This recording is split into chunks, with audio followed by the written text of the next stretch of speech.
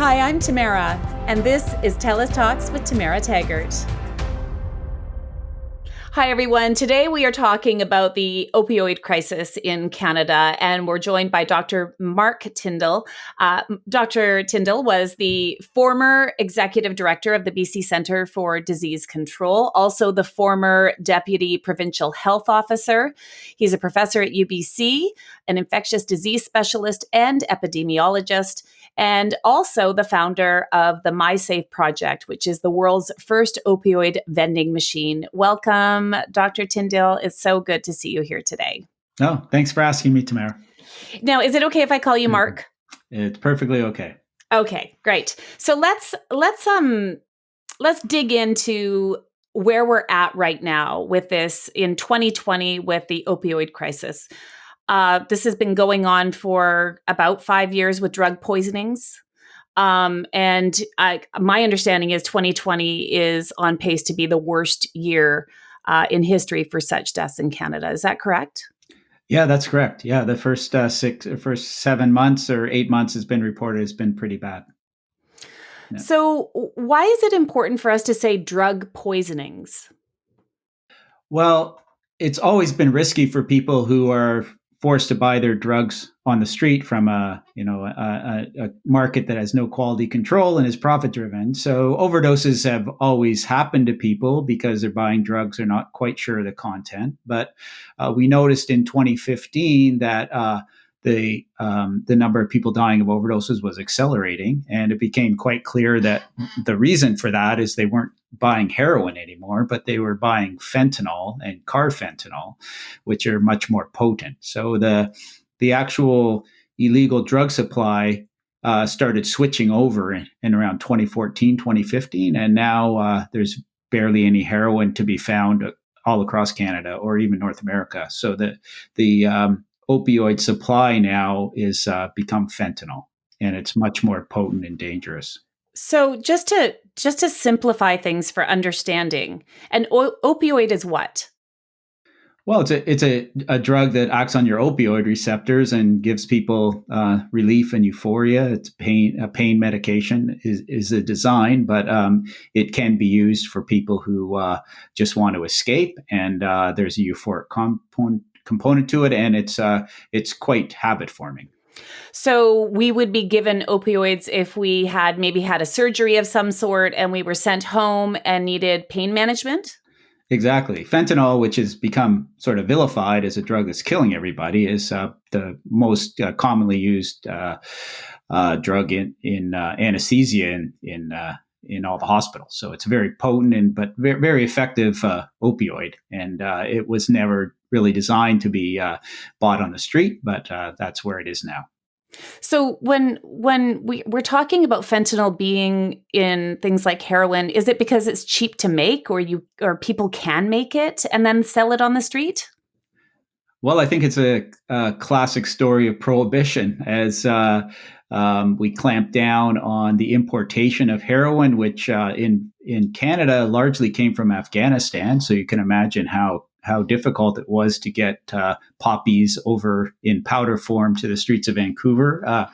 Fentanyl has always been easier. It's a synthetic molecule and much easier to import, and you can get the raw materials easily, and people can mix it up in their basement. But people need to understand that these drugs themselves, if they're mixed properly, give people the euphoria and treat their withdrawal symptoms much like heroin does. But it's just much more difficult to mix properly. So we know in Vancouver, you can go for a week or two and not see many overdoses because the supply has come in that's mixed properly, and then the next week everybody's overdosing, and because people have made an error in how they mix it. Mm. Okay, so what about the stigma that's surrounding this opioid crisis? And by that I mean we sort of look at it like it's, oh, these are people that are poor and homeless and uh you know they're doing these drugs because they have nothing else to do. There's a real discrimination when it comes to who the drug user is. Do you see that? Well, there's no other explanation Yeah. for how we can sit back and allow 6,000 people to die in 5 years and really do nothing significant to change it. So the risk of overdosing in Vancouver's today is probably higher than it was 5 years ago when we rang the alarm about this, because there's really been nothing substantial happen to change that. And we've done, you could say that we've expanded naloxone programs. There's probably 30 supervised injection sites in British Columbia now. But it's just really hasn't changed the structure and what people are up against. And as long as they're buying drugs from these illegal sources, there's a huge risk out there. And certainly with criminalization. We've actually pushing people to the margins. So the idea that we need to connect with people is really hugely impacted by the way we treat people, and that's criminalizing them. So it's a crazy system that we've decided that by punishing people, somehow that will dissuade people from using drugs. I think that's the basic reason for punishing people and criminalizing people, and we know that doesn't work. And now we're just seeing people really die in large numbers because of our drug policy. So has COVID-19, I mean, a lot of people blame COVID-19 for the recent surge in, deaths and that, but is COVID to blame for any of this? I wouldn't think so. I mean, I spend some time in the downtown east side. The situation for people hasn't really substantially changed. There's even more, seems to be more desperation and less housing available for people. Certainly, we've asked people to isolate more. So there are people that probably, are more isolated now, and that contributes to using alone and dying alone. So I think it's made it worse. Some of the resources and some of the services that were available have been disrupted because of staffing issues and people having to isolate and things. But to say that this was happening long before COVID, and COVID's kind of pulled the curtain back a little bit, but the basic structural problems that we have with our drug policies haven't, changed with COVID. So let's talk about for someone that doesn't understand what harm reduction is. What does harm reduction mean? When we hear that on the news, what does harm reduction mean? Yeah, well, basically the definition is taking a activity that's inherently risky and making it less risky. So, the obvious thing when we were handing out needles to prevent HIV transmission in the 80s and 90s was that we have to recognize that people are going to continue to use these drugs.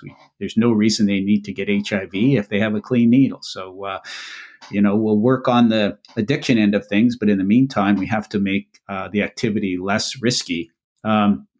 With supervised injection sites is obvious, having people scurrying around in alleys and sitting in the rain and using puddle water makes no sense. If they're going to use drugs anyways, they might as well have a dry place to use and have a clean needle and a support person around that can answer some questions or help them if they want it. So to me, harm reduction now is just common sense. Like I can't imagine how anybody can be against harm reduction.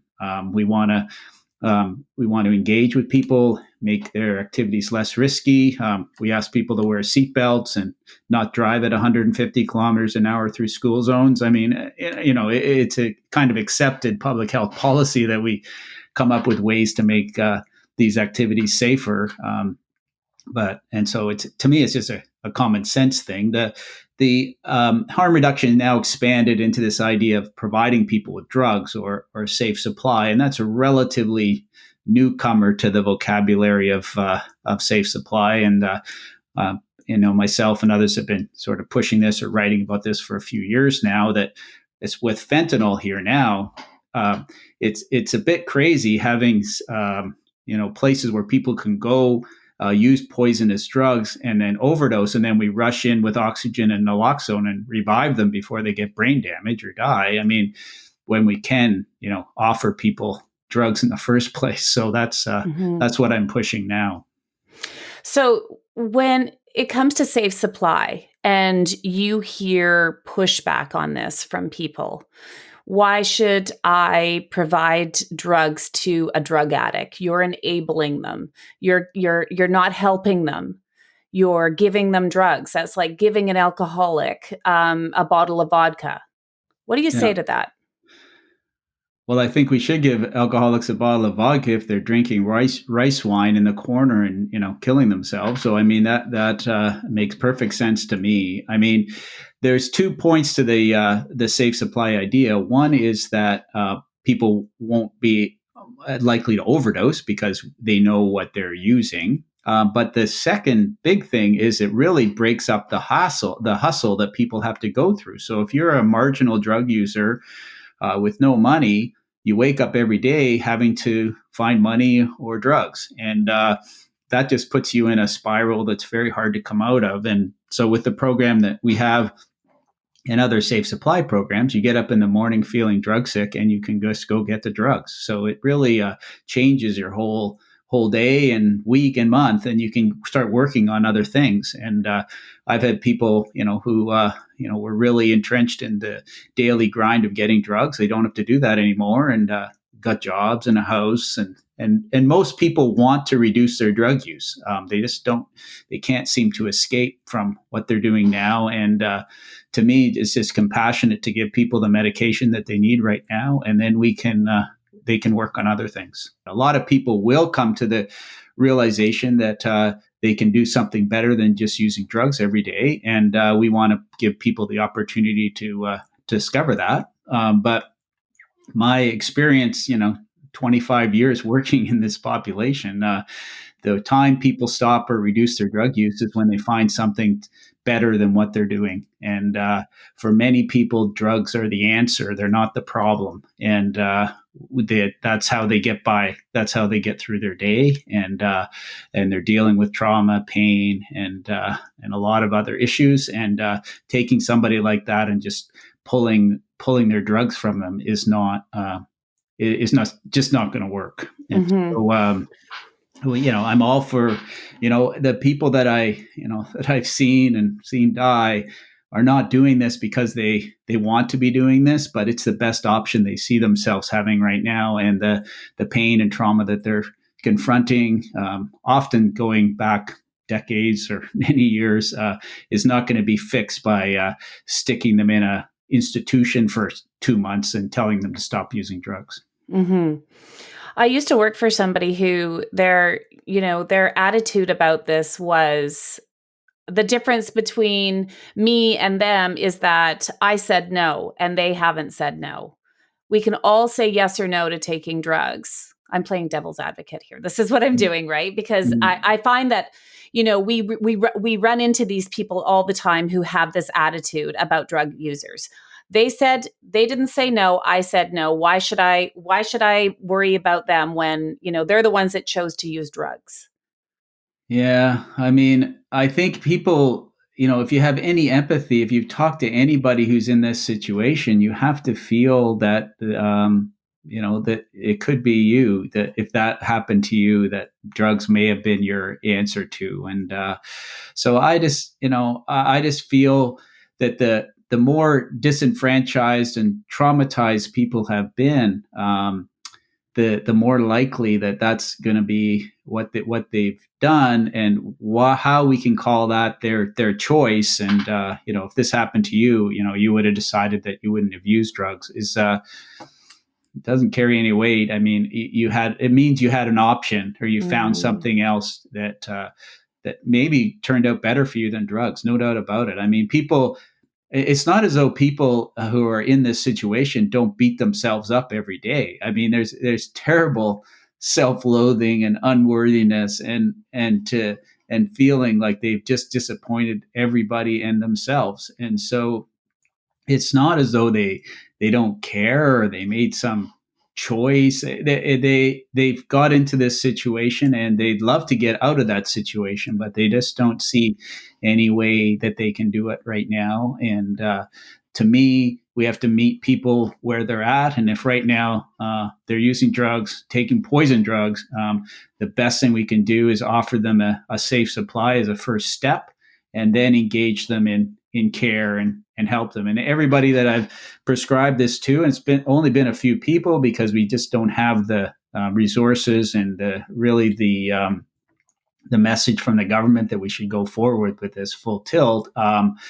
They all, all feel much better about themselves because they don't have to go to dumpsters and do small crimes and stuff. So you start to build up some kind of self-respect and that people want to do better, and that's been very gratifying to see that happen to some people. At TELUS, they really like to give back because a strong community is very important. And so on behalf of the TELUS Talks podcast, we are giving $500 to the Wish Drop-In Society. I know that's a charity that you chose to give the $500 to. They've been very active in really promoting harm reduction for women's groups. So I've been working with them for a long time, or was actually working closer with them in the probably 90s than I am now. But they have drop-ins for women engaged in sex work. Very low barrier, provide housing, meals, support, and this is a group that when you look back on, if you want an example of how things haven't really changed structurally for people, we just look back at the missing women, and all the attention was on Pickton so long ago.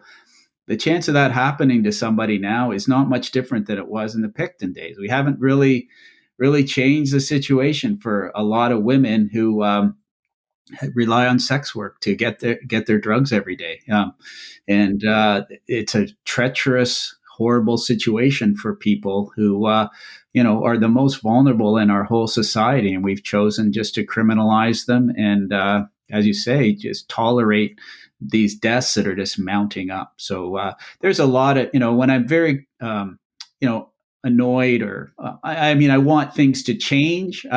Places like Wish and Atira and Portland Hotel, like people, there's really good people out there trying to make something happen, but the bureaucracy and the policies are just so entrenched, and making any move is just so difficult. It seems, and something like decriminalization or ramping up safe supply is not that hard. For a lot of us who've been at this a long time, we've seen such incremental changes, and asking for drug policy changes and decriminalization and the war on drugs. This has been talked about for decades and decades. It's just this failing policy, again, punishing people who deserve the least punishment. People who have already been so punished and marginalized through their whole lives.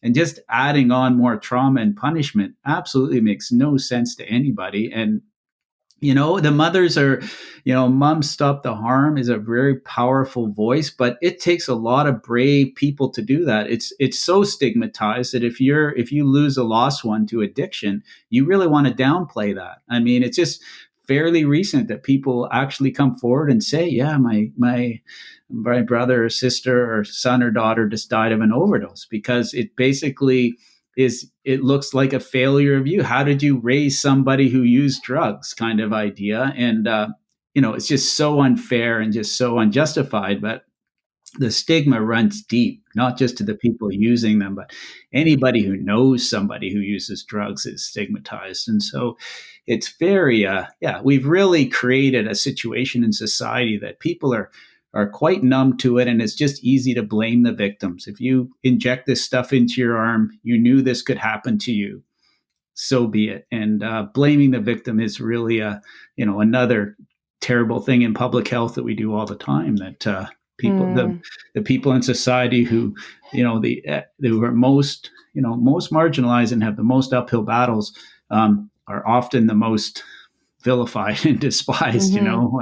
Why is a smoker? Why are you wasting all our money treating your lung cancer kind of idea? And then and people have serious reasons that they continue to use drugs, and that's just part of society. And as society go, the addiction issues are becoming more and more common and prevalent, and it really is a reflection of the chaos of people's lives and the hopelessness of people's lives. In Canada, it's true, but in U.S., the map of people of the overdose epidemic is just so obvious. So the places that have been hit the hardest are directly have the most economic hardship, and that just happened. And in our society, First Nations people, I mean, are highly overrepresented in drug use and overdose deaths, and it's just so obvious that and incarcerated.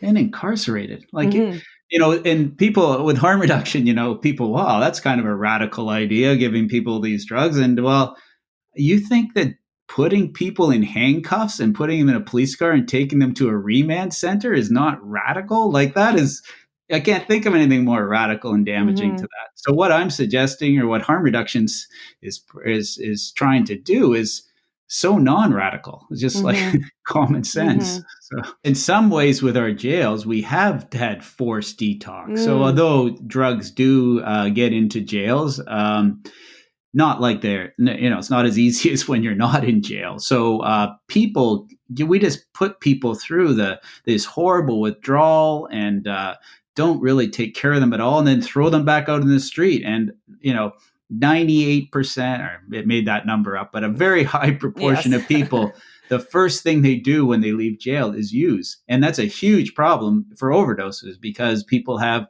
detox, their tolerance has gone down. They go ahead and buy some drugs and they go right down. So we've proven, if we needed proof that forced detox doesn't work, then we have a natural experiment with our criminal justice system, and it clearly does not work. And we put people in a huge situation, and obviously we're not treating like a medical problem or a social problem. We've really gravitated toward this idea that, it's really a medical problem. We need to treat it like that. But it's not even so much a medical problem. It's really a social trauma problem that people are using these medications for. And that's actually what we want, what we need to deal with. And that really requires a shift in the way we treat people and a shift in society on the whole. And that means we need changes in drug policy, and just putting more naloxone kits on the ground, which is critical, is not enough. I mean, that's just not enough. So the MySafe project is an 800-pound machine that looks like a large ATM.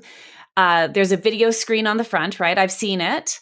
And then registered opioid users log into the machine. And what happens there? It reads the vein patterns. Explain to me how this works.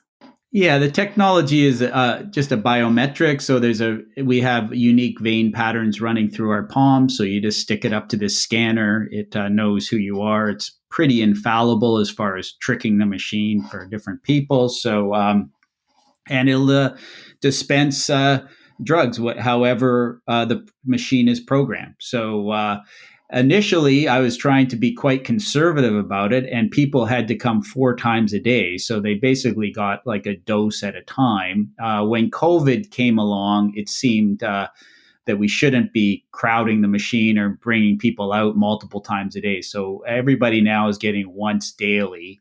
So they just go in, and we're right now just using hydromorphone pills. People have the option to swallow them. Some people grind them up and inject them. And then they have a day supply, and they can use them. And I'm not concerned at all that they're going to overdose. It's on their own time, so they can come in when they want. Nobody's going to be bugging them or asking them questions, or somebody around if they have some questions. But I'd say most times people just get in and out. They want the drugs, and they just leave. So it's been, for the few people I've been able to get on it, it's really been very inspirational just to see how well people have done. And they really are thankful that they have a steady supply of drugs. The technology is open to put in other substances if that's what people want. Not everybody wants hydromorphone, so there's options to that. But the beauty of it is the autonomy. So, and that people can feel they have some control over it, even though they don't have that much control. They get a day at a time. But it's really a safe place to keep their drugs, and we can connect with them when they want to, when there's time. And I think over time, people will find other things to do, and everybody who's using the machine, they tell that they want to reduce or stop drug use. They don't want this anymore. So thank you for giving me a chance to do this. Is what I hear all the time. The other way to get people a safe supply is to have them go to the pharmacy every day. There's programs where people can get it delivered. There's the Crosstown Clinic where people can go and get observed every day. I mean, all these things should be promoted and expanded. But I think for a lot of people, just having the autonomy to go get it when you want, on your own terms, not be hassled, not have to line up, I think will attract a lot of people who otherwise would not be engaging with these other programs. Okay. If someone is listening right now and they want to help, or they want to be a part of the positive change to stop thousands of people from dying, what can and I'm talking like not somebody who's a medical expert or anything. If somebody's listening, just a regular person with a job and family and that, and they want to help, what can we do? There's enough compassionate, caring people out there that can help if they're allowed to. But as long as we have a police state around drug use, it makes it really difficult for everybody to be empathetic. So we really need to focus on drug policy change and really, give people a chance. And I can say that there's just so many benefits from everybody. Even if you actually don't care about people dying of overdose, I mean, our communities are just shattered by substance use, and everybody would benefit from a totally different take on how we deal with people. Awesome. Thank you so much for spending time with us. You can find more information about My Safe Project and Dr. Tindall's work by following him on Twitter at Dr. M. Tindall. Thank you so much for your time. Thank you so much, Tamara. Thanks for listening to another episode of TELUS Talks with Tamara Taggart. Be sure to subscribe so you can join us every Tuesday for another conversation. You can also check out our website, telus.com/podcast, and subscribe to our YouTube channel at TELUS Talks.